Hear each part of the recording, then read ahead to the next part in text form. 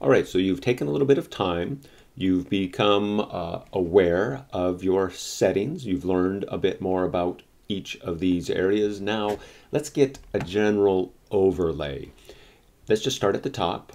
And first, we have our dashboard. Your dashboard is just going to give you some general information about what's going on. Okay, so you might want to take a look through the general, the dashboard. All right.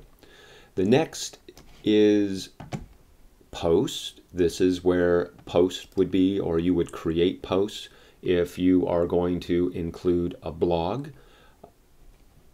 Media.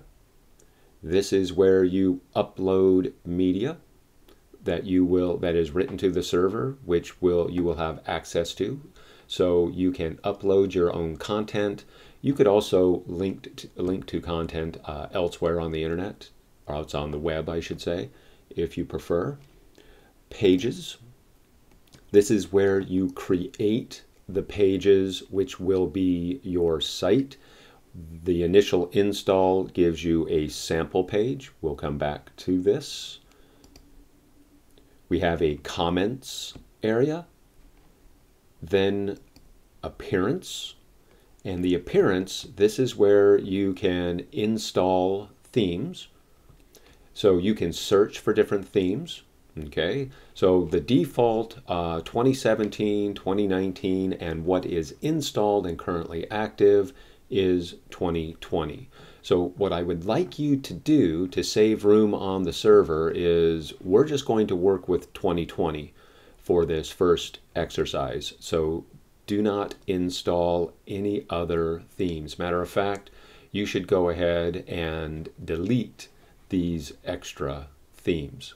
Okay, so theme details, and then we'll just go and delete.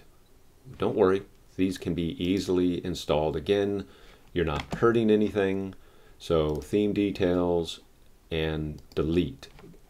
This will free up a lot of space on the server, which is a good thing for me. Okay, so that means I have less files on the server. All right, so now you've deleted the extra themes. Don't worry, you could always add a new theme. All right, you can learn about the theme. Usually they'll have widgets, menus, background information, customize. Sometimes they'll have links to tutorials on how to use the theme in this area. All right, we don't need to worry about that because we are going to streamline this theme in another video here. All right, so now you can go to your themes. You can customize a theme.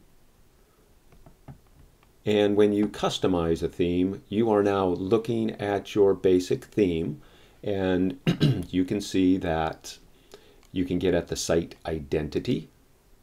And this is as far as your title, your tagline. Remember, in the settings, we were also able to add these or change these. So often you can do something in more than one area. So what I want you to do is explore each of these areas. I should also point out you can set, if you're going to look at desktop, tablet, or mobile. Okay, that's really up to you. All right, so I'm going to leave this in mobile just so it's a little easier to see the interface. And if you were to make any changes here, you would select Publish. Okay, and let's go ahead and just X out of this. We'll go back to our theme editor. Oops, actually didn't mean to go there. Themes, customize, and then often there's usually a button to go back up here, but you can look at the colors. Okay, now it's starting to show up here. So you could set your background colors, header, footer color. So I want you to explore each of these areas. Okay, this is where you can make your general settings as far as how you want content to show up, or what content shows up initially. Okay. All right. You can even get to menus and create menus, adding different widgets as far as in your footer area.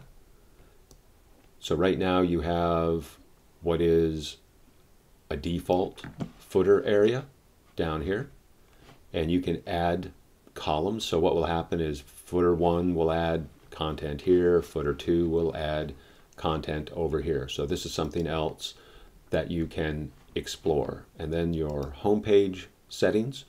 This is another place where, just like in the settings, where you can set a static page and the home page.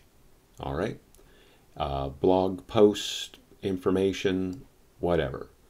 Okay, so I want you to take a few minutes and just go through these different content areas within the theme and just get an idea for what they do.